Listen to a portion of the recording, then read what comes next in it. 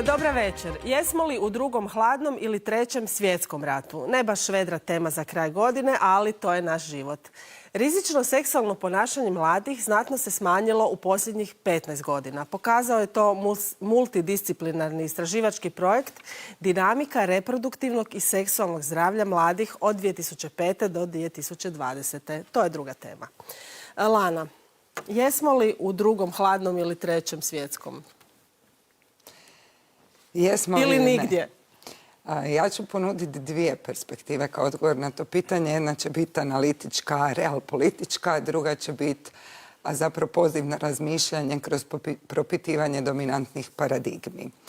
Što se tiče ove analitičke, stručne osobe, bilo iz područja povijesti, politologije, strategije koji se bave ratovima 20. stoljeća, više ili manje složit će se da u ovom trenutku ne možemo pričati o drugom hladnom ratu ili trećem svjetskom ratu, iako definicije tih tipova ratova nisu posebno jasne, parametri kojima se zapravo odlučuje jesmo li ili nismo, u ovom trenutku kažu da zvuči grubo, ali nisu zadovoljeni kriteriji. S druge strane, mnogi intelektualci, uključujući Hararija, koji je rekao, upozoravaju da je moguće da prema tome idemo, jer zadnjih 10 godina svjedočimo urušavanju reda i poticanju kaosa i da tim putem moguće koračamo prema nekakvom globalnom tipu rata. Ono zbog čega je isto tako jako teško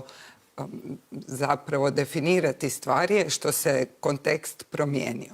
Imamo globalizaciju, imamo digitalizaciju, ali imamo promjene u odnosima u tom smislu da nekakav hladni ili svjetski rat najviše definira nekakav globalni sukob koji ima nekakve dvije opozicijske jake sile na različitim stranama. I dok ćemo, na primjer, u ratu u Ukrajini imati dvije više ili manje jasne opozicijske sile, primjere rata Izraela i Palestine ukazuju zapravo da se tu zamagljuju strane, zato što imamo situaciju u kojoj oni akteri od kojih bi očekivali da podržavaju jednu ili drugu stranu na razini nekakve pripadnosti nekom od blokova, bilo na religijskoj bazi, bilo na nekakvoj etničkoj bazi i tako dalje. Tu se te stranice gube, a zbog utjecaja gospodarskih i ekonomskih odnosa koje zemlje međusobno imaju. Tako da se često iznenadimo kad vidimo ko u toj priči koga podržava. Međutim, da ne ulazim u kompleksnost definiranja tih parametara zašto jesmo ili nismo, zaključit ću da će se zapravo stručnjakinje više ili manje složiti da ovu situaciju u kojoj danas živimo ne bismo mogli nazvati drugim hladnim ili trećim svjetskim ratom, ali isto tako tu moramo upozoriti da je zapravo donekle opasno baratati takvim pojmovima u ovoj situaciji, jer nam analize isto tako pokazuju da tim pojmovima barataju oni koji zapravo na temu emocionalnog naboja koji ima prizvuk takvih globalnih ratova zapravo skupljaju političke poene. Mi smo imali prilike svjedočiti Vladimiru Putinu koji je govorio o trećem svjetskom ratu gdje je zapravo koristio kao propagandu da privuče sve one saveznike koji imaju nekakve antizapadne sentimente. S druge strane, čuli smo i Zelenskog koji je isto tako na taj način okupljao frontu protiv... Ali Putin i dalje naziva taj rat u Ukrajini specijalnom vojnom operacijom. Specijalnom vojnom operacijom, ponovio sada neki dan. Ali u njegovom obraćanju bilo je govore o trećem svjetskom ratu. Ako pogledamo političke aktere koji koriste tu nekakvu sintagmu i zastrašivanje trećim svjetskim ratom, drugim hladnim ratom, vidimo zapravo da se to često koristi u propagandne svrhe stjecanja nekakve političke vidljivosti ili čak političke moći i privlačenja nekakvih saveznika, tako reći. Sada ću nakon ovoga preći na ovu drugu perspektivu. Bit ću kratka, dakle perspektivu kojom želim pozvati na promišljanje, preispitivanjem dominantnih paradigmi. I tu ću reći ono što sam rekla kad smo obrađivali temu kako završavaju ratovi. Dakle, pitala sam da li ratovi uopće završavaju. I to je to što želim reći. Dakle, ne znam da li smo u nekom novom ratu kad nisam sigurna da su oni ratovi prije završili. Što mislim? Ako rat gledamo u njegovoj široj definiciji, a to nije samo pitanje oružanog sukoba, nego je rat pitanje i različitih političkih, kulturnih, ekonomsko-gospodarskih borbi i tako dalje, onda je zapravo pitanje da li smo mi ikad izašli iz ratova. Čak i nakon Drugog svjetskog rata otvaranjem velike međunarodne suradnje, mi dalje negdje u pozadini imamo velike sile koji imaju svoje interese i koji imaju interese politički, ekonomski, gospodarski i kulturno dominirati svijetom. U tom smislu oni će uvijek biti u nekakvom sukobu s drugima i održavati taj rat u svojoj široj definiciji. Tome u prilog ide činjenica da mnogi ratovi koje trenutno imamo na svijetu, a koji su nekakvi lokalni ratovi, nisu zapravo nastali kao posljedica nekakvih lokalnih sukoba, nego su nastali kao posljedica interveniranja nekih većih sila, bilo zbog resursa, bilo zbog nekih drugih razloga, a u cilju održavanja te političke, ekonomske, gospodarske i ili kulturne moći. Tako da u sustavu svijeta u kojem se stalno natječemo za dominaciju, pitanje je li mir uopće moguć. Matija, tvoj stav o drugi hladni ili treći svjetski ili treći oblik, hibrid neki? Prije svega ću početi od ovoga što je Lana zadnje rekla. Čini mi se da je tu na pravome tragu, jer doista ako gledamo povijesno svjetske ratove, Drugi svjetski rat bio je produžetak Prvoga svjetskog rata i pokušaj rješavanja onih spornih pitanja koja su ostala iz Prvog svjetskog rata u velikoj mjeri. Dakle, od Njemačke koja je željela razbiti versajski poredak, vratiti svoju geopolitičku moć, pa sila koje nisu imale onu vrstu kolonijalne moći koje su imale neke druge od Italije nadalje. I mogli bismo čak govoriti u našem lokalnom kontekstu da su ratovi svi 1990-ih koji su se vodili raspadom Jugoslavije također na neki način, ne u potpunosti, ali u velikoj mjeri, a pogotovo možda na mikrorazini bojišnice, bili produžetak Drugoga svjetskog rata sa istim akterima i istim polazištima i mogli bismo reći i istim ciljem koji je lebdio u pozadini tih sukoba. Dakle, bilo da je riječ o nekoj vrsti jugoslavensko-komunističke utopije, srpskog imperijalizma ili hrvatske državnosti.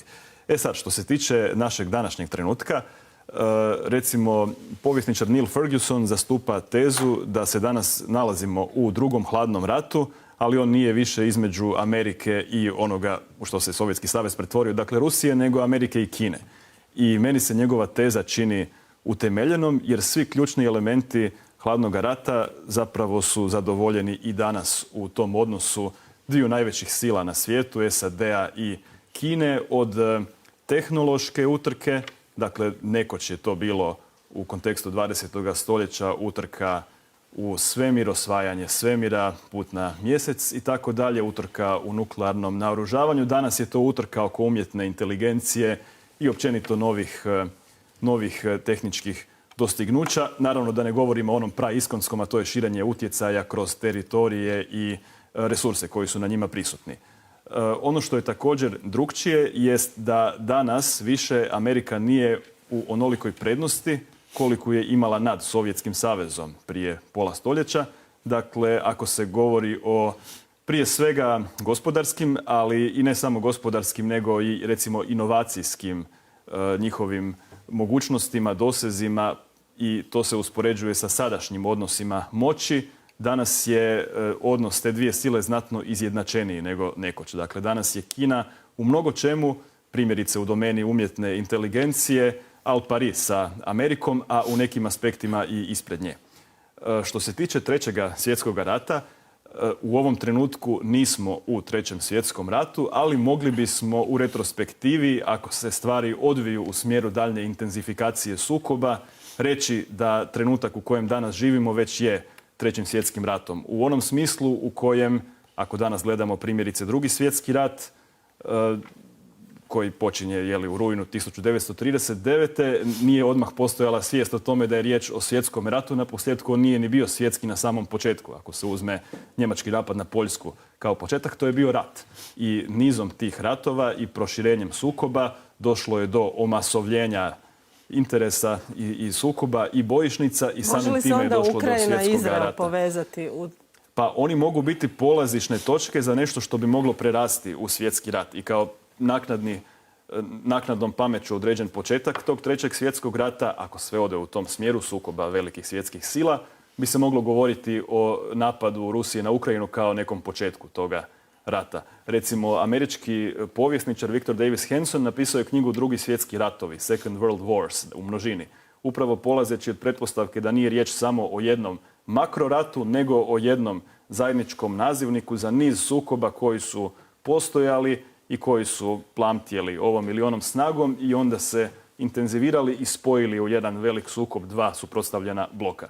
Ako ćemo govoriti o potencijalu za oblikovanje tih blokova, danas na svijetu mogli bismo reći ono što smo već i ranije znali ustvrditi tijekom ove sezone, da je, ako projiciramo kako bi mogao izgledati neki sukob koji bi imao globalni doseg, da je riječ o zapadu predvođenom Amerikom s jedne strane i s druge strane o neformalnom savezništvu protuzapadnih sila s epicentrima u Iranu, koji uostalom svoj prste ima i u Izraelu, u Kini, koja vodi hladni rat sa Amerikom i naravno u Rusiji. I ako ćemo tražiti možda ključnu točku koja bi mogla presuditi o mogućnosti upadanja u nešto što bi se moglo smatrati punopravnim, punokrvnim trećim svjetskim ratom, to bi vjerojatno bio Tajvan i mogućnost kineskog pokušaja povratka tog teritorija u okrilje matice zemlje, koji bi vrlo lako mogao isprovocirati Ameriku na protureakciju i obranu Tajvana. Čini mi se da su izbori na Tajvanu sad uskoro, sljedeće godine. Tako da, to je recimo još jedna zanimljiva točka, možda ćemo se kasnije toga dotaknuti, kako će svi izbori koji nam predstoje utjecati na ove sukobe. Velika izborna i to ne samo ne samo u Hrvatskoj, nego globalno polazeći od američkih koji su ključni za pitanje Rusije i Ukrajine. Aleksandra, isto pitanje i tebi. Drugi ili treći? Par komentara na ovo što je rečeno prije. Nisam siguran što se autoriteta koji se ovime bave tiče da su neka srednja struja koja ne zastupa ni jednu ni drugu. Oni koji su najglasniji i najredovitiji komentiranju ovih stvari, ne znam, stalno spominjani, s razlogom spominjani iz nekih krugova kao neka vrsta racionalizacije, legitimacije jednog vrlo specifičnog i po meni pomalo toksičnog načina mišljenja u međunarodnim odnosima Mersheimer, pa recimo Peter Zeihan, pa recimo spomenuti Neil Ferguson, pa recimo Peter Frankopan. To su sve ljudi koji zastupaju tezu drugog hladnog rata, a ne neke neutrale ili nečega trećega. Zaista najredovitije i najintenzivnije to komentiraju. Nisam siguran da ove paralele, da su najsretnije prvi svjetski rat prema drugom, drugi svjetski rat prema 1991. zato što konkretno u slučaju nacističke Njemačke priča o geopolitici i kolonijama je svakako bila povod i bila je prisutna u retorici, ali tu je bilo daleko više elemenata. To je rasni i mesijanski element koji naravno, Njemci... Samo oprosti, nisam ni želio reći da je to isključivo produžetak, nego međuigra nerješenih pitanja i novostečenih okolnosti i uvjeta. Jer čisto kao primjer, Hitler je smatrao Vilima II. Hohenzollern slabićem. On je smatrao da je to jedan kilavac i zato je njegovo preminuće izvan granica Trećeg rajha zapravo prošlo potpuno ispod radara. On nikad nije težio obnoviti carsku Njemačku iz 19. i ranog 20. stoljeća, nego je išao na cijeli kontinent pa i na cijeli svijet. Grad koji je zamišljao kao glavni grad tog budućeg carstva i zato upravo i Reich. Ne samo Tausendjähriges Reich, što je on govorio u smislu stare Germanije, nego i novi eon, novi čovjek i sve novo što ide, ali velebno i dominantno na kugli zemaljskoj. Puno je tu više bilo od neke geopolitike Prvog svjetskog rata. A što se tiče 1991. meni se čini da je to najautentičnija borba hrvatskog naroda za neovisnost, jer ono iz 1941. je zapravo bilo treći izbor jedne tada rastuće supersile. Prvi izbor je bila Karađorđevićevska Jugoslavija i Trojni pakt. Drugi izbor je bio Maček. I tek treći, čak ne ni njemački, nego talijanski as ili anti-as iz rukava je bilo ono što je uslijedilo Ali pazi, da je 1941. Maček pristao na Hitlerovu ponudu i postao vođom hrvatskog naroda, također bi došlo čisto narodnim konsenzusom i tendencijama koje su tada postojale u hrvatskom društvu prema oblikovanju Hrvatske države i visokog stupnja ne znamo mi koji je konsenzus hrvatske naroda ako neovisnosti. nemamo izbore. Može Maček u jednom trenutku biti narodni vođa, može biti u sljedećem trenutku poiman kao Slabić, u trećem kao Anonimus. A ako nemamo izbore gdje se stavlja jasni program, gdje nema bilo nacističkih, bilo komunističkih slijepih kutija, gdje se ljudi mogu slobodno izjasniti, za mene je to legitimna narodna volja. Toga je bilo 1991. a nije bilo toga 1941. Bilo je Možda zvuči neposredno naivno i prije. legalistički. Bilo je krajem 30-ih kada je Maček u svim hrvatskim krajevima odnio premoćnu pobjedu, a njegovo konkretno političko djelovanje kroz Banovinu Hrvatsku išlo je prema jednoj vrsti ili visoke autonomije koja će jednom razbiti Jugoslavensku kraljevsku državu ili prema Ali osamostaljenju. pazi, upadaš sam sebi u usta, zato jer je Banovina Hrvatska, koliko god bila popularna i neki ideal kojim se teže, ona je proizvod Karađorđevićevske Jugoslavije, a ne neovisne Hrvatske. To što bi eventualno bilo u nekom sljedećem koraku, to je sad pitanje. Plus, jedno je Maček koji jaše na krilima Stjepana Radića i dobiva široke narodne mase na toma, drugo je Maček koji bi bio lutka na koncu Adolfa Hitlera. Tako da između toga jedino što može odlučiti o tome što je narodna volja su izbori. Sve ostalo su interpretacije koje mogu biti ideološki atraktivne, mogu biti voda koja ide nekome na mlin, ali mislim da je vrlo škakljivo takve paralele povlačiti. Pazi, ali jednaka mjera interpretativne snage i odvažnosti ti treba za protumačiti Banovinu Hrvatsku kao sredstvom očuvanja jugoslavenske države i kao instrumentom posljedičnog Ona od strane beogradskih elita to jest bila. Ona je bila to. Beogradske elite bile su primorane stanjem na terenu prihvatiti tu činjenicu kao manje zlo u tom trenutku.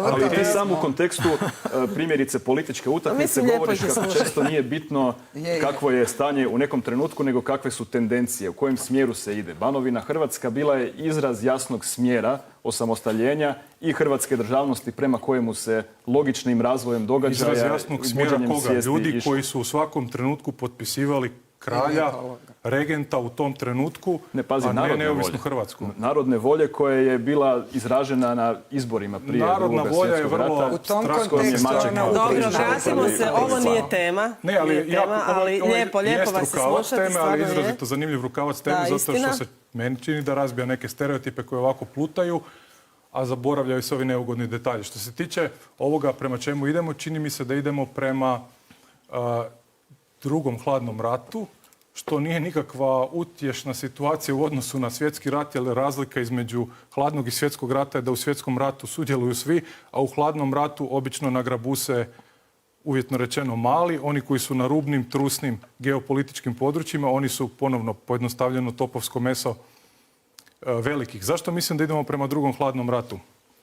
Države koje su ratovale u svjetskim ratovima među sobom nisu imali takvu razinu snažne međuovisnosti koja bi priječila, u kojoj bi interes industrijski, poljoprivredni, diplomatski ili kulturni utjecaj priječio u tome da se uđe u rat svih protiv sviju. Primjerice, međuovisnost Njemačke i Francuske uoči Drugog svjetskog rata, Njemačke i Britanije nije bio ni izbliza takav kakav je danas, recimo kakva je danas međuovisnost Sjedinjenih Američkih Država i Narodne Republike Kine. U tom smislu puno je previše toga na kocki i to su društva koja su osjetila jednu razinu blagostanja, koja im zaista ne bi dopustila da kroče u svjetski rat. Ali zašto se ide ka hladnom ratu? Pa zato što poredci, čak neću reći ni administracija, jer kada kažeš administracija ti barataš time da imaš nekakav proces izbora, nekakav postupak dolaska na vlast. U Kini to nije tako, u Americi to jest tako. Ne kažem to na neki moralistički način, nego činjenični. Ali poredci ili vladajuće elite, ajmo ih tako uopćeno nazvati, to su elite koje se poprilično razlikuju od onih prijašnjih. Razina svijesti o geopolitičkoj opasnosti Narodne Republike Kine za Sjedinjene Američke Države u Americi na rekordnom nivou, a nova generacija Komunističke partije Narodne Republike Kine je potpuno raskrstila i sa posljednjim ostacima one Deng Xiaopingove vizije da će Kina biti tihi dominator svjetske scene, da će hodati na prstima, da će se prikradati, da će ekonomijom okivati. To su ljudi koji vjeruju u vuču diplomaciju, koji zaista vjeruju u svoju superiornost. Ima tog mesijanskog elementa i smatraju da je vrijeme da Kina govori glasno To ne znači da će govoriti neinteligentno, ali da je prošlo vrijeme toga da ona bude negdje pri ramenu Sjedinjenih Američkih Država, da mora paziti hoće li se eksponirati. U tom smislu su sve samo uvjereniji. Zašto je to za nas opasno? I to na 3 konkretna primjera. Ruska agresija na Ukrajinu, kinesko okruživanje Tajvana i rat Izraela i Hamasa sa ogromnim civilnim žrtvama Palestinaca daje sljedeće negativne poučke za male, uvjetno za male države ili malobrojne, možda preciznije, jer neko može biti malobrojan, može biti izrazito značajan u svjetskim razmjerima. Prvo, ruska agresija na Ukrajinu u skladu sa nekim starim, onako po meni predpotopnim, ali vrlo opasnim geopolitičkim tlapnjama, eliminira element legendarne slobodne volje, ovaj put na razini nacije. Znači, nebitno je što neki narod želi, nego treba gledati u blizini koga se on nalazi, je li mu to neko odobrio, je li mu neko dao geopolitički pečat da on može raditi to ili to, ne znam, pristupiti Europskoj uniji, ili kako ih se optuživalo Sjevernoatlantskom savezu, što se koristilo kao propagandno oružje suprotne strane. Znači, to postaje nebitno. Znači, bitno je što je neki baja odlučio za nekim stolom, bilo zapadnim, bilo istočnim. To je vrlo opasno i za Hrvatsku, između ostaloga, da ti neko drugi odlučuje o sudbini na taj način. Tu imamo nekakvu kompleksnu geopolitičku računicu, pa sad nekakav sentiment ljudi i želja za boljim životom ili izbori, to je tako, koga briga. Drugo, ovo kinesko okruživanje Tajvana. Ista stvar, ali još opasnija. Ti zapravo tu imaš i, za razliku od Ukrajine, koji se često spočitava da je ona neuspješna, da je nacija, da je failed state, da je korumpirana, jer kao, ne znam, Rusija je valjda definicija antikorupcija, a Ukrajina je korumpirana, pa kao onda Ukrajina može niz vodu. Tajvan je super uspješan, u svakom mogućem pogledu zaista super uspješna nacija. Oni smatraju se Kinezima, ali drugačijeg nasljeđa. Ne mrze Narodnu republiku Kinu, ali smatraju da je njihov poredak, njihov način života, da je bolji i superiorniji od komunističkog. I pripadaju zapadu više? Pa imaju oni elementi istočne. Zanimljivi su ti spojevi elementi. Oni imaju neke od najboljih elemenata zapada, ništa od ovog ili malo od ovog toksičnog, a imaju elemente azijske discipline, institucija, obiteljskih vrijednosti. Da je i to nebitno. Ako si u nečijem dvorištu, da te, ne znam, neko u Washingtonu da te može pustiti niz vodu. A što se tiče rata Izraela i Hamasa, i ponovno naglašam uz ogromne palestinske civilne žrtve, da ne bi ispalo da se taj element koji je ogroman, da ga se zanemaruje, ti polako sad imaš situaciju, što razvojem događaja, što izraelskim ponašanjem, da u svjetskim diplomatskim krugovima, pogotovo u, ajde, malo ću se neutralnije izraziti, progresivističkim ili globalističkim, imaš činjenicu da se smatra, pa dobro, ako je neki pokret, kakav god on bio u svojoj prirodi na vlasti više od 15 godina na nekom teritoriju, pa jest ona neka vrsta danosti. Možda bismo mi trebali i redefinirati definiciju terorizma. To niko ne želi reći na glas baš, ali to se polako ovako provlači se između redova. Ta priča o razlici Fataha i Hamasa, ona polako pada u vodu, jer Hamas je tamo name of the game, Hamas je tamo definicija vlasti već dugo. Da, pobjedio je na izborima. Onda se kaže, 15 godina. Izbora nije bilo 15 godina. Prije se kaže, morali bismo raditi posao s njima. We should do business. To je njihov pogled na demokraciju. A još jedna opasnost, i s time završavam, koja dolazi kao jedan negativni začin hladnog rata. Države koje su ratovale u svjetskim ratovima su imali unutarnje opozicije, imali su unutarnje političke glasove koji su bili protiv rata, ali ovakvog ideološkog i religijskog raslojavanja kakvom svjedočimo u Europi u posljednjih, neću pretjerivati, 20 godina i ovakvih kulturoloških napetosti kakvima svjedočimo u Sjedinjenim Američkim Državama, toga nije bilo. Tako da imaš negativno eksterno okružje i vrlo, vrlo otrovne unutarnje političke procese koje ja mislim da vode prema drugom hladnom ratu. Petre?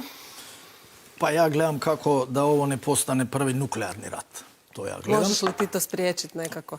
Ja mogu jedino čitati molitvu koju radim od kad je krenuo kretenski rat za mir u svijetu. Postoje molitve za mir u svijetu, pa preporučam ljudima koji vjeruju. Sad znam da mislite da izgledavam smiješno, ali ok, ostavit ćemo Bogu. Ne izgleda nam smiješno. Ne tebi ne.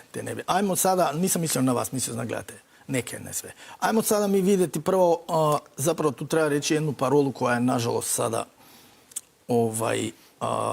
istinita. Geopolitika je Bog. ovo Bog sa malim slovima. To je problem.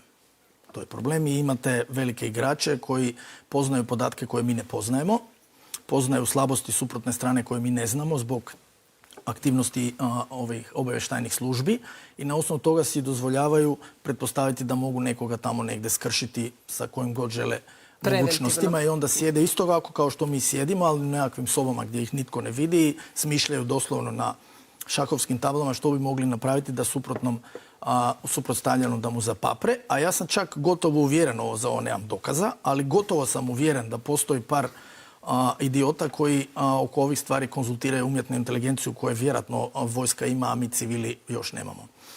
Tako da, imamo to. Mi to imamo, da. Tako da, zašto ovo govorim? Zašto sam rekao ovo, geopolitika je Bog? Geopolitika je način kako ovladati prostorom i ljudskim i ostalim resursima koji nastanjuju na taj prostor ili se nalaze na tom prostoru.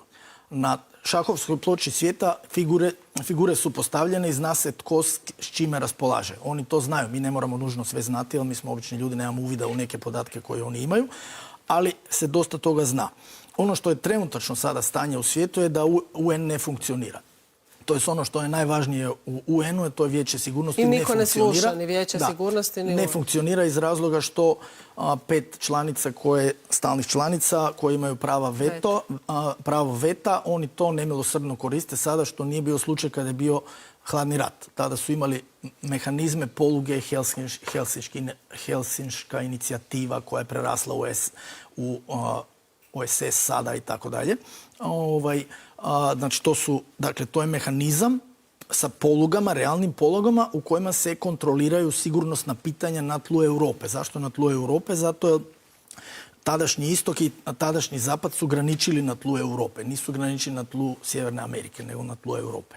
I zato je postojala ta poluga koju su oni koristili. Ta poluga je funkcionirala dosta dobro u kubanskoj krizi. Sada toga nema, zaboravite. I mi smo sada na brisanom prostoru i vrlo je situacija opasna. Kako je došlo do toga da su se ispuhale te institucije? Vrlo jednostavno, to ti je izvrsno pitanje. Došlo je do toga što je tadašnji istok izgubio u hladnom ratu. I to je dalo za pravo Zapadu, združenom kolektivnom Zapadu, da smatra da tu pobjedu može još dopunski valorizirati i onda su išli ka ono što je Bžežinski predlagao da se Rusiju liči utjecaja u Bjelorusiji i Ukrajini, što su svi unaprijed znali da ona to neće dozvoliti. Znači, svi su dali da to ona sigurno neće dozvoliti. Put koji je tada smo mogli odabrati, ali nismo, zato upravo kažem zašto, zbog toga što ima ove koje ne vidimo na sceni, koje savjetuju figure koje su izabrane na legalnim izborima, smatraju da postoji drugi način. Put koji smo tada trebali izabrati bi, po mom mišljenju, trebao je biti da se svi dogovore da Ukrajina postane neutralna država. I stvar bi bio riješena, ali dobro. Svi sa iznimkom Ukrajinaca. Ovako sada, ja tvrdim i to ću i dalje tvrditi da Ukrajincima je sigurno bilo bolje da budu neutralna država. Jer ja se bojim da će gospodin Zelenski nakon nekog vremena postati ono što mi danas nazivamo Gavrilov princip. To se ja bojim, a to je onda užasno opasna situacija. Ali ja moram reći samo nekakve brojke ovdje. Druga stvar koja se promijenila od onda je to što se ono što smo nekada nazivali nesvrstani, treći svijet, ne znam, sad se to naziva globalni jug, je šutio. Sada više ne šute. To još uvijek na tlu Afrike izgleda kao amorfna masa, s tim da postoji Afrička liga koja okuplja 50 zemalja. Nije to mala stvar i koja je članica G20. Znači, to je vrlo ozbiljna stvar. To nije igračka. Drugo, oni imaju veliki potencijal u ljudstvu. Znači, to su prema 800 milijardu ljudi. To nije mala stvar. Drugo, imaju resurse. A treće, polagano se počinje infrastruktura raditi i onda veliki igrači su automatski zainteresirani da dođu tamo i pokušavaju nešto napraviti. Ono što se dogodilo je da globalni jug više ne vjeruje nama zapadnjacima, na priču koju im prodajemo mi vam donosimo demokraciju. A iza toga oni znaju da se kriju interesi, globalni geopolitički interesi. Više oni to ne vjeruju. Sad vjeruju, nažalost, Kinezima. Oni isto drže figu u džepu i to nema nikakve dileme. Radi se o velikim igračima koji mogu držati figu u džepu. To je taj problem. Šta znači držati figu u džepu? Znači, dođeš sa bombončićem. Evo, ja ti dajem bombončić, ti meni daj da koristim izvore uranija. Pa i u slučaju šaremarska kalca za Indijance. To je radio i Zapad, to je sada Kina naučila od nas zapadnjaka i ona će sada to raditi. I sad je pitanje kako da se to eliminira, kako da svi zadrže pozicije koje su imali prije. Treća stvar koja se dogodila, koja je užasno važna, je to da je prestao postojati unipolarni svijet koji je zadnjih 30 godina postojao. Prestao je postojati, razvio se multipolarni policentrični svijet, što se vidi možda najbolje na primjeru Indije. Indija je ogromna država, 1,5 milijuna ljudi, to nije mala šal, veliki, ogromni potencijal. Što Indija radi? Jako dobro pimpla. Sigurnosno surađuje sa Amerikancima, imaju dogovore Indo-pacifička inicijativa, zato je njima u interesu da Kinu spreče da na nešto ne pokuša. Quad. Quad, tako je. A, plus tu je i AUKUS, ali AUKUS je drugo pitanje. A. B. Surađuje na pitanjima resursa s Rusijom. C. Surađuje na pitanjima gospodarske, financijske strukture s Kinom. Znači ona se pojavljuje sada kao potpuno neovisni igrač kojeg nitko ne može više kontrolirati, a prije nije bila. Prije je bila potpuno pod utjecajem anglosaksonaca. To je jedna stvar koja se pojavlja. Kina je naučila, ovo što je Aleksandar rekao, kako više neće i ne želi biti u sjeni Amerikanaca i to je ogroman problem, a za to su sami krivi Amerikanci. To je i Rusija jedina koja je rekla mi ćemo ići korak dalje, ako treba ratovati, mi ćemo ratovati sa Zapadom. Mi smo sada u situaciji da primjetljiva da postoji hladni rat s Kinom, da će se proizvesti niza domino efekta gdje će biti malih kinetičkih ratova. Ovo je veliki. U Ukrajini ovaj Izrael versus Hamas isto nije mali, ali to su kinetički ratovi koji daju mogućnost za početak Iranu da djeluje. A ne znam sad da li gledatelji znaju. Neki dan je gospodin Putin primio jednog od visokih dužnosnika, mislim da je to predsjednik vlade tamo, ne znam, u Iranu, u Moskvi. Drugo, sam Putin je išao u Saudijsku Arabiju. Znači, to je nešto gotovo nezamislivo sa situacije Zapada. I izjavio je prije 2 dana da će se ostvariti milom ili silom ciljevi specijalne vojne operacije. Znači, ono što ja kažem, mi trebamo sjesti, stati na loptu. Ko mi? Sigurno ne mi ovdje. Mi smo obični bezveznjaci, ja bar jesam, vi niste, koji ne možemo ništa tu ne možemo riješiti. Međutim, ovi koji odlučuju ne trebaju biti slijepi kao guske u magli. Trebaju sjesti i razgovarati vrlo otvoreno. Ono što ja vidim da je predviđeno za Europu, jer zato je to jednostavno tako mora biti, jer inače će Zapad skroz izgubiti bilo kakvu mogućnost da djeluje koherentno. Predviđeno je da Europa financira ukrajinski rat, isprečava Rusiju da dalje napreduje, a da Amerikanci se okrenu prema... Jučer se nisu u Briselu složili oko toga, zato što je Mađarska... Da, ali on je izašao, očito su imali dogovor, on je izašao pa su oni izglasovali. Pa onda će ponovo. Daću vam samo neke podatke. Vojni budžet sada, koji je upravo sada prihvaćen, glasovalo je 62 senatora za, 10 je bio protiv i išao je na kongres i kongres ga je prihvatio. Ima rekordnih 886,3 milijarde dolara, 3 puta više od prošle godine. Od toga je 14,7 milijardi dolara namijenjeno za pacifičku inicijativu AUKUS, to su Amerikanci, Britanci i Velika Britanija, s mogućnošću da Australija dobije nuklearne podmornice. Znači, situacija se priprema za nekakav scenarij. To ne može izgledati da će Kinezi mirno stajati i trpiti. Sad se je dogodila stvar da su 6 ili 7 lovaca kineskih i ruskih uletjeli u prostor Južne Koreje. Znači ima stalno malo, vi ovdje nas... Ispipavanje. I mi ćemo vas ovdje pipati. A ko trpi, ja i ti. Ja i vi. Znači, ovdje se mora sjesti. Ako nećete moliti, nemojte moliti. Ali barem sjedite i počnete razgovarati. Ne želim da mi netko od vas ovdje stupa na istočni front. Okay? Par napomena, otvorio si nekoliko bitnih i zanimljivih tema, recimo uloga Indije u svemu. Čini mi se da upravo zato što je ona sada subjekt i što je toliko komparativno moćnija nego što je bila u prethodnim vremenima, njezino eventualno opredjeljivanje u slučaju Trećega svjetskog rata može biti blizu presudnome, s jedne strane. S druge strane, govoreći o metaforičkim Gavrilima principima, ja bih tu pridodao metaforičkog Franju Ferdinanda i prije bih drugačije podijelio te uloge. Rekao bih da ako ćemo govoriti o Gavrilu principu, da bi on prije danas bio Vladimir Putin, kao onaj tko je ispalio prvi metak, a da bi onda Zelenski bio metaforički Franjo Ferdinand i da bi to, dakle, mogla biti iskra iz koje će buknuti taj Treći svjetski rat. Jer ideja neutralnosti zvuči primamljivo i za Ukrajinu, vjerojatno, ali zašto je Ukrajina sama po sebi plebiscitarno tome nesklona zbog svijesti o činjenici da tobožnja neutralnost pod ruskim uvjetima zapravo nije neutralnost, nego pretvorba Ukrajine u rusku koloniju i zapravo je ukrajinski narod pred Sofijnim izborom hoće li se samo pretvoriti u koloniju Zapada ili u koloniju Rusije. Jedni i drugi naravno imaju imperijalne težnje prema širiti se što više mogu, a zašto su Ukrajinci odabrali Zapad, to oni vrlo dobro znaju, pogotovo zahvaljujući njihovom iskustvu s Rusima. Ali A što se tiče ne znamo Irana što su odabrali, s obzirom da je tamo bio puč. To ne znamo što su odabrali. Ti ako napraviš, spominjali ste našu situaciju ovdje. Pokojni Franjo Tuđman, pokoj mu u duši, on nije došao na vlast pučem. On je došao na legalnim izborima koji su organizirali komunisti. A. B. Nije nikada ukinuo demokraciju za vrijeme rata. Nije ni sadašnja garnitura došla pučem na vlast.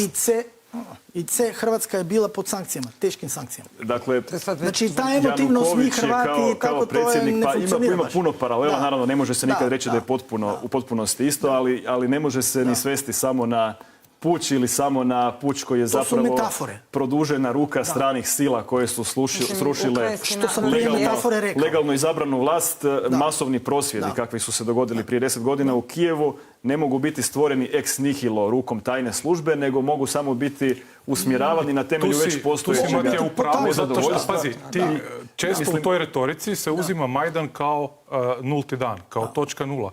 Prije Majdana ti imaš Janukovića koji na odluku Ukrajinaca da idu prema Europi prvi radi puč. Da, on ne radi samostalno, jer ništa nije radio samostalno jer je bio na daljinskom upravljaču Moskve. To znam, to je činjenica, to prihvaćam. Ova cijela priča o NATO je poslužila kao dimna zavjesa da prikrije za što su se ti ljudi tamo opredijelili. Koliko god mi smatrali da je Europska unija spora, troma, neatraktivna, apstraktna, birokratizirana, ti ljudi, bili oni u pravu ili ne, oni su htjeli ići prema Europskoj uniji. Moskva je imala i s tim problem. I onda, znači, Majdan dolazi nakon toga, a Majdan se uzima kao nekakva nulta točka. Znači, sad je pitanje, kao što Matija kaže, ko je Gavrilo princip. Ali ono što ja recimo primjećujem... Nulta točka je raspad Sovjetskog saveza i ruski kontinuirani pokušaj obnavljanja svojeg utjecaja u Ukrajini koji su trajali u kontinuitetu zapravo od ponovnog ojačavanja Rusije pod Putinom pa do pada Janukovića i detaljčić, vezano za Australiju. Prema zapadu. Da, Amerikanci pojačano ulažu u Australiju zadnjih godina. To je komodno, to je u redu. Ali aktivnost kineske obavještajne službe u Australiji u zadnjih 20 godina samo prouči slučajeve koliko je njihovih agenata u australskoj tajnoj službi otkriveno, što radi kroz svoju dijasporu na tom teritoriju, što radi kroz Konfučijeve institute. Ja u tom smislu čačka jedni i druge, ali se obično se spomene američko čačkanje, a zaboravlja se da postoji, tome prethodi i drugo čačkanje ili je barem istovremeno. To sam htio nakon ovoga, a ovo kad smo kod čačkanja. Sad ima slučaj čačkanja kad je ruske službe su obavijestile kineske da u najužem krugu Jinpinga ima krtica američkih i sad je tamo čistka. Nema više onoga... Nije moguće. Ne, i to je velika čistka. To nema po novinama i nema onog, ne znam kad sad kineska imena, ko će to pamati, koja je bio vanjski politika. Ali ideja je u tome koliko veliki igrači zapravo nama zapapre. U tim željama. Lana? Htjela sam reći da je težnja ukrajinskog naroda da se priključi Zapadu zapravo težnja da imaju Ukrajinu, a ne da postanu ono što je Matija rekao, parafraziram da s tim završimo, a da ne postanu zapravo dio ruskog imperije. U tome leži čitava priča zašto se Ukrajina opredjeljuje za Zapad.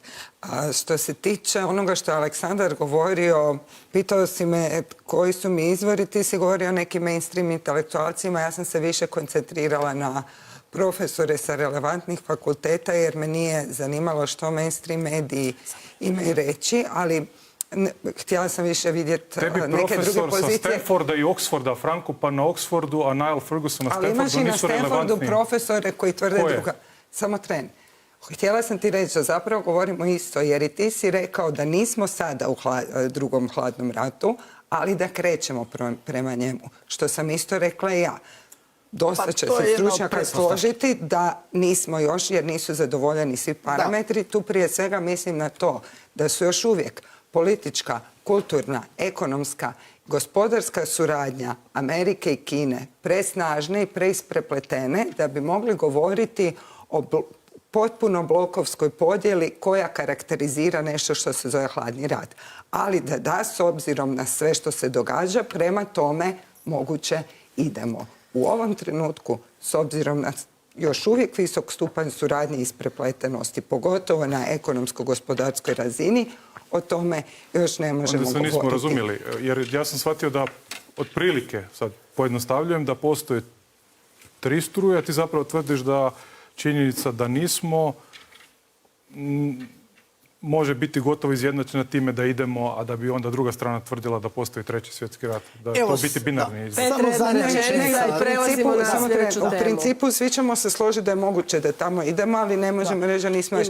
Ono što smo se svi složili, to mi je važno podcrtati, je da zapravo zbog ideje nečije dominacije i prava nekog sile da dominira, zapravo ispašta cijeli svijet. Da, evo samo ova Svijetna zadnja rečenica. rečenica. A ovo što sam već ja to rekao. Nama ovdje Rusija ne treba. Ja sam to više puta rekao. Moja ovdje, to je onaj intuitivni touch drive, kako god ćete ga nazvati, je to. Vi čačkate Rusiju tamo, ona će čačkati tamo gdje može, a ovdje može. Ne treba nama ovdje Rusija. To, da budemo načisto s tim. Ja ovdje branim samo na moje interese. Ne osobno moje, nego to znači hrvatski. I da se nadovežem na to, To je to. u slučaju izbijanja 3. svjetskog rata po tome gdje su sada raspoređena žarišta u svijetu, jedno od njih bilo bi nedvojbeno u Ovdje je. našem susjedstvu. Recimo u Bosni i Hercegovini imamo slučajeve veleposlanika Irana i Rusije koji izravno prijete u javnosti da će stati na stranu bilo Bošnjaka, bilo Srba, ovisno o To je tome ono što ja kažem. odakle dolaze. Ali BiH i treba je na listi za pratiti, EU, pratiti što je jednostavno isto što se zanimljivo. događa. Hrvatski mediji su na temelju predizbornih istupa Aleksandra Vučića govorili o njegovu hvaljenju Bandića, a propustili su u istom tom istupu činjenicu da je zapravo povukao vrlo jasnu paralelu između sebe i Slobodana Miloševića, zapravo između redaka rekavši da su im ciljevi isti, Lijepo je govorio. Čekaj, ali s tom razlikom da ih on želi postići ne tako grubo, nego uz kalkulacije i različita Na ciframa, savezništva. na I to ćemo upravo još zato doći. je jedna od suvremenijih srpskih strategija taj odlazak prema zapadu koji se očituje i u prosrpskoj vlasti u Crnoj Gori i u Vučićevu stremljenju I u prema čačkanjima po Europskoj Makedoniji, ali to ćemo Europskoj doći. uniji. On ima ideologijski razlog zašto hvali osobu Slobodo, ali ima i vrlo, vrlo prizeman praktični razlog, a taj je da pokušava nekako barem malo suzbiti SPS, jer kako mu se ukupni zbir glasova smanjuje, pokušava im barem malo uzeti i zato ih je kroz svoje tabloide i gađa u kampanji, pogotovo njihove bogate dužnosnike. I mi smo bili tema u jednoj emisiji, čak se tebe spomenula da se tebi pišu govori koje ti izgovaraš u ovoj emisiji i u drugim emisijama. Pa meni se uvijek činilo da ti drugima pišeš govore. Nisam znao da si tako moćan da ti pišu govore. Imenom i prezimenom je emisija, svi smo spomenuti. Prekrasan trenutak, sve gledaju, sve prate. Bili smo ponosni na taj Gledat će i ovo, možemo i mahnuti u kameru, mah. Ali nije to bitno. Sretno na izborima. Petar je jednu stvar rekao, da, paralele Hrvatske i Ukrajine treba isto pažljivo koristiti. Ne treba ni jednog sugovornika diskvalificirati na tu emotivnu komponentu pa reći, ne znam, Hrvatska je Ukrajina, Rusija je Srbija. Ipak čini mi se da je 1991. postojao taj jedan geopolitički privremeni konsenzus u kojem je se zapravo Hrvatsku htjelo pustiti niz vodu. To ti je ono kritično razdoblje između lipnja 1991. i siječnja 1992. Zaista, da se Hrvatska tad nije obranila na nekoliko kota, ne samo spominjani Vukovar. U Vukovaru, u Dubrovniku, u Vinkovcima, pa i na Banovini, ne bi to dobro završilo. Nisu svi jednako bili ni za ni protiv. Neki su bili bliže Hrvatskoj. Američka administracija. Ali neki su imali figu u džepu, neki su imali polufigu u džepu, neki su navijeli za Hrvatsku, ali vrlo, vrlo tiho, ne baš glasno kao što danas tvrde da su navijeli.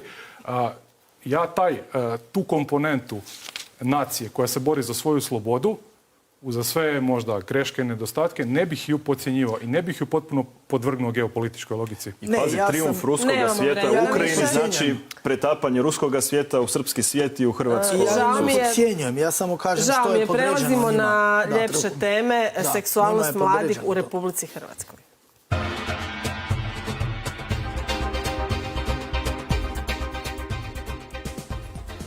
Petre, ovo multidisciplinarno istraživanje, to jest projekt, je pod vodstvom profesora doktora Aleksandra Štulhofera sa Odsjeka za sociologiju Filozofskog fakulteta u Zagrebu i vrlo je temeljito provedeno, istraživalo se 15 godina i ispada da sve ono što smo mislili, zapravo neki mitovi su srušeni. Recimo, mit o tome da teza o hiperseksualiziranosti mladih pod utjecajem medija, društvenih mreža, pornografije, filmova, dostupnosti, učestalosti popularne kulture i suvremenih medija, da nije ostavila utjecaj na mlade i da nisu mladi, u biti je ispalo da je njihovo rizično seksualno ponašanje se smanjilo u 15 godina. Da, dobro, ovako sada. Ja sam i razgovarao sa Aleksandrom, mi smo kolege. Prvo, radi se o visokoj znanosti i to je stvarno izvrsno napravljeno. Ja sam pogledao, to je sad stvarno za emisiju previše, jedno 6-7 njegovih radova. I kažem da je to visoka, vrlo ozbiljna znanost i tu nema nikakve priče. Iz toga proizlaze dvije činjenice. Prva, ono što portali i novine pišu, to ono možete zgužvati i baciti u smeće, jer oni ne mogu pratiti tako visoku znanost. Drugo je pitanje ako su neko od autora je njima Dobro, zato se takva istraživanja objave u znanstvenom časopisu, pa ko može, na drugi način to želi popratiti, može tamo. Da, upravo to. Drugo, proizlaze jako zanimljiva iznenađenja koje očito i za autore su bila, koju primjećujemo i da ne duljim previše, pustit ću druge ljude jer ovo zahtjeva malčice podrobniji način razmatranja situacije, ali idemo ka ovim da se smanjila rizično, recimo, ponašanje. Očito su ljudi prihvatili jedan od dva modela koji vode ka nekakvom tipu odgovornijeg ponašanja. Jedan može biti ovaj tradicionalno kojeg se naziva religijski, ne znam kako, a drugi može biti moderni pristup. Porast religioznosti kod mladih. Moderni pristup u smislu da si svjestan rizika koji dolazi. Međutim, ono što ja vidim da je kod ovih stvari, kod ovih zaključaka, jer dosta je fer u zaključcima bio Aleksandar, koliko ja vidim, iz toga izlazi, nije našao korelaciju između kao tradicionalne religioznosti i riskantnog ponašanja. Međutim, to je nešto za što zahtjeva sa stvarno ne kolokvijalno, nego znanstvenu raspravu baš potpuno akademskom okružju, ali ovdje ću samo kratko reći. Ono što je primijećeno, recimo, je da je utjecaj pornografije izraženiji negativno izraženiji kod djevojčica nego kod, to je Stuhlhofer i suradnici 19. godine, European Child Adolescent Psychiatry. Kažem, opet sad govorim kolokvijalno za nešto što zahtjeva isključivo akademsko okružje. I to je recimo nešto što se poklapa s onim kako ja promatram na stvar. Neće vam nužno takozvano tradicionalno religijsko okružje u obitelji, ne znam gdje u školi, voditi vas ka nekakvom moralnijem životu. Isključivo će vas voditi prema tom životu ako vi prihvaćate postavke tog duhovnog ozračja praktično. Dakle, ako postanete praktični vjernik. To ne znači ako ste vi rođeni u nekakvoj obitelji koja je tradicionalna i sada ima tradicionalno kršćanstvo, odlaze u crkvu, ne znam i tako, druže se sa mi Hrvati i te stvari. To ne znači ništa, zato je dok vi ne prihvatite taj okvir moralnog ponašanja. To pak izvlači ovo zadnje jednu konzekvencu koju moramo poraspravljati. A alternativa ovoga, i to autori predlažu u svojim radovima, bi bila građanski odgoj u smislu osvješćivanja mladih ljudi o spolnim rizicima i dakle spolni život. Obuhvatno seksualna edukacija je preporuka autora. Da, to ti si to bolje izgovorila. Od građanskog odgoja. Da, točno, isprika, ti si bolje to definirala, trebalo bi ga tražiti ovdje da nađem točnu formulaciju. To pak znači, ako ovi ljudi koji će ići u ovom smjeru, otkazali su se ovo kao tradicionalno, ako oni ne prihvate te postavke, i postanu, da se tako izradimo navodima, praktični slijeditelji toga i kod njih to neće funkcionirati. To znači da mi nemamo sada konkretan model, što Aleksandar i kaže u nekom od svojih radova. Potreba nam je novi model, puno ozbiljniji, puno dublji, puno više razgovora da vidimo kako ćemo ponuditi mladom čovjeku da shvati koji su moderni rizici. Prevelika seksualizacija djece, raznorazne boleštine, nesreća zbog toga što se mijenjaju partneri, nezadovoljstvo i tako dalje. Znači, ove studije nas vode u smjeru da možemo nešto puno dublje, puno ozbiljnije napraviti i ja kažem, ja sam Lana, postoji još jedno drugo istraživanje koje je provedeno među učenicima i nastavnicima osnovnih i srednjih škola u 3 županije. Primorsko-goranskoj, Sisačko-moslavačkoj, čini mi se Varaždinskoj, i o stajalištima i potrebama za uvođenje cjelovite seksualne edukacije u škole, i ispalo je da i učenici izrazito žele više takve edukacije, da mladi ljudi žele da ih se educira putem obrazovnog sustava. Ne samo mladi ljudi, nego i njihovi roditelji. Istraživanja koja su provedena u Hrvatskoj pokazuju da oko 80% mladih ljudi i oko 70% roditelja zapravo želi sveobuhvatnu seksualnu edukaciju. Složit ću se s Petrom utoliko da je Aleksandar Štulhofer zbilja odličan znanstvenik, izrazito temeljit, izrazito pedantan. Međutim, ono gdje se nećemo složiti je da je to visoka znanost koju ljudi ne mogu čitati. Prije svega, njegovi radovi su za razinu znanstvenih radova na kojima on piše izrazito pitki, a druga stvar je što on jako dobro komunicira svoje radove s javnosti, jako dobro objasni šta su njegova istraživanja zapravo otkrila. Tako da mislim da više manje većina ljudi u Hrvatskoj zna pojednostavljivati do beskraja ne visoka može se, znanost. ali nije ni potrebno. Ima dva razloga zašto ne može. Prvo zato što se ne može, to je prvi razlog i glavni, a drugi razlog zato što portali imaju svoje političke interese. I onda će prikriti recimo da su djevojčice ugroženije od pornografije i neće to reći.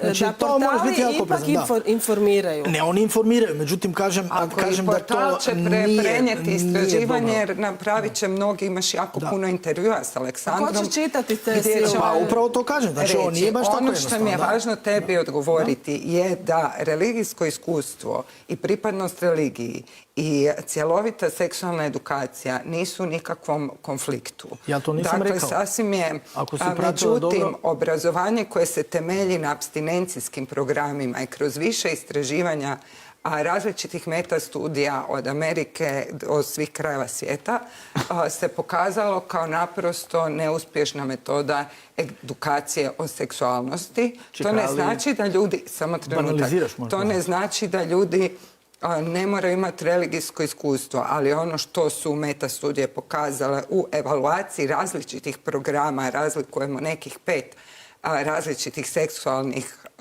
oblika seksualnog obrazovanja, je zapravo da to što zovemo sveobuhvatnim seksualnim obrazovanjem daje najbolje rezultate, zato što pitanje seksualnosti ne svodi samo na biologiju, reproduktivno zdravlje, nego daje alate i za razumijevanje onoga što znači pristanak, za osobne izbore, za zdrave veze, za prevenciju nasilja i tako dalje. Je li mi tu pokret koji se spominje u ovom istraživanju, u tumačenju istraživanja, je li on utjecao na to da se mladi Puno je stvari utjecalo i znanstvenici ne mogu točno reći, oni mogu ispitati dakle koliko mladi češće kasnije stupaju odnose i tako dalje, ali vi ne možete izvanjske utjecaje točno istražiti zato što ne možete napraviti kontrolirane uvjete. Dakle, pretpostavka jest da se seksualne aktivnosti se općenito smanjuju u zapadnom svijetu. Pretpostavka jest da na to utječe i moderni način života, i individualizam, i društvene mreže, internet i tako dalje. Međutim, mi ne možemo točno znati u kojoj mjeri, jer kažem, takvo istraživanje nije moguće, jer tu nije moguće napraviti kontrolirane uvjete. A utjecaj novih konzervativnih političnih i društvenih pokreta na tu pojačanu religioznost kod mladih? Problem kod takvih pokreta je što oni opstruiraju sveobuhvatno seksualnu edukaciju u školama, međutim očito nemaju utjecaj jer takvi akteri zagovaraju apstinencijske programe koji očito nisu prolazni, očito nam nekakva istraživanja pokazuju da veća razina znanja i veća razina samosvjesnosti zapravo najviše utjecu uz te različite parametre šireg društvenog konteksta, zapravo najviše utječu. Ono što je porazno, unatoč tome što je dobro što mladi kasnije ulaze u seksualne odnose i tako dalje, ono što je porazno da je razina zapravo zaštite, iako raste, još uvijek niska i što ne postoje znanja što je istraživanja pokazalo o spolno prenosivim bolestima, kako funkcioniraju i tako dalje. To bi trebalo u školi odraditi. Nisu roditelji stručni da objašnjavaju kod kuće takve stvari. Drugo, nismo na razini da još uvijek možemo predlagati nešto što je konkretno i univerzalno. Nema, daleko smo još od toga. Matija, a kako ti se čini ovaj globalni hrvatski trend da možda mladi kasnije stupaju, upoznaju seksualnosti, da je to sve su rezultati ovi bolji zbog toga što u Hrvatskoj se kasnije napušta roditeljski dom i zasnimaju vlastite neke partnerske zajednice jer živiš kod roditelja, oni te na neki način kontroliraju, i ne možeš naprosto, imaš manje priliku za krenut u seksualnost. Seksualnu pustolovinu. Da. Pa mislim da je to nije presudan faktor u ovim statistikama. Što se tiče smanjene stope rizičnog ponašanja, jednostavno živimo u vremenu viška informacija i sveopće prisutnosti informacija, pa i zasipanja ljudi i mladih informacijama, između ostalog i o seksualnosti. Samim time je tu došlo do porasta opće svijesti o tome što je tu sigurno, a što je rizično seksualno ponašanje. A mi što tu se tiče, pokret? pa zapravo ću i to uključiti u svoju pretpostavku o dubljim uzrocima općeg pada seksualnosti, to jest prakticiranja seksualnosti na zapadu i u Hrvatskoj, a mogu to sažeti u vrlo jednostavnu tezu koja glasi: hiperseksualizacija paradoksalno dovodi do aseksualnosti. Jer danas smo, kako bi Petar rekao, u društvu u kojemu je seksualnost jedan od bogova, razvrat jedna od službenih politika u sklopu hedonističkog poimanja svijeta kako postoji na zapadu, i ljudi su zapravo od malih nogu danas prisiljeni poimati seksualnost ne kao nešto u čemu postoji određena doza misterija, nego kao jedan ovako grubi ideološki konstrukt koji se svodi samo na ono fizičko i kojim se nastoji gurnuti za doručak, ručak i večeru u lice. I u sklopu toga postoji i element ovoga što si rekla za Me Too pokret. Rekao bih da je jedan tu još također sporedan, bitan ideološki čimbenik, a to je demonizacija muškosti u svim njezinim načinima ispoljavanja i njezino proglašavanje toksičnom, zbog čega dolazi do neke